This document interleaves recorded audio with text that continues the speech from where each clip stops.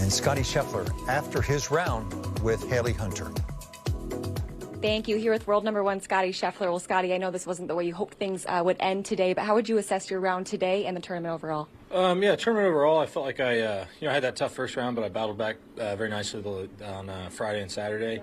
As far as today goes, I just wasn't able to put as much pressure as I would have hoped to put on Davis early in the round, and he just kind of cruised all day. He played great golf. He made that bogey on 2, but answered it really quick with the birdie on 4, and didn't really give us much of an opening today, and just continued to cruise and play great golf. So it was a well-earned win for him.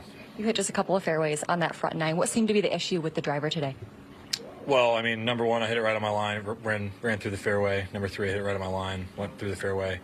Number 5, hit a good shot, just kind of overrode the wind. 6 was a fairway. 7, I just pulled a little bit, and then 9 was a fairway. So, I didn't feel like I really drove it that poorly. I think the fairways were just pretty challenging to hit out there with how firm it was and windy. It's tough to keep the ball in play around here. Yeah, just how tough were the conditions out here? And we haven't gotten your thoughts yet on the change of this golf course and your thoughts on the renovations. Yeah, the golf course was playing really, really firm today. Like I said, number 1, the fairway is not super wide, and with how windy it was, Davis, I felt like his ball was no more than 10 yards right of my ball, and his ball's in the rough, and I hit it right down my line, and my ball's also in the rough, maybe 8 yards left where he hit it off the first hole. And so it's challenging. We'll see how it plays the next couple of years as the golf course settles in. Obviously, when the grass is new, it's crazy firm, and so we'll see if they're able to keep it this firm for years to come. But overall, I think the golf course just needs a little bit more time to settle in until we can really judge, kind of how the renovations are. But overall, I was pleased that they didn't remove too many of the trees and eliminate some of the character from the golf course. I think a lot of the character of the course is still intact, and so we'll see in the next couple of years as the greens kind of settle in. I think they're a bit moundy this week. That's pretty. That's pretty normal for new greens as you kind of get, before they settle in, the ball tends to do weird things and they can be a bit moundy.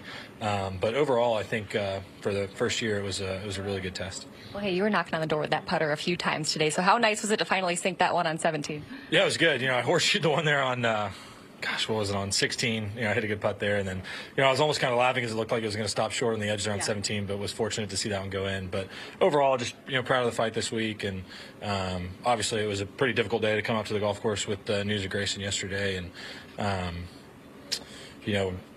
just spent that moment of silence today, really just thinking about him and praying for his family and his fiance, and obviously it was pretty difficult to come play golf, but like his parents said, he would have wanted the tournament to continue, and I got to know him fairly well over the last few months.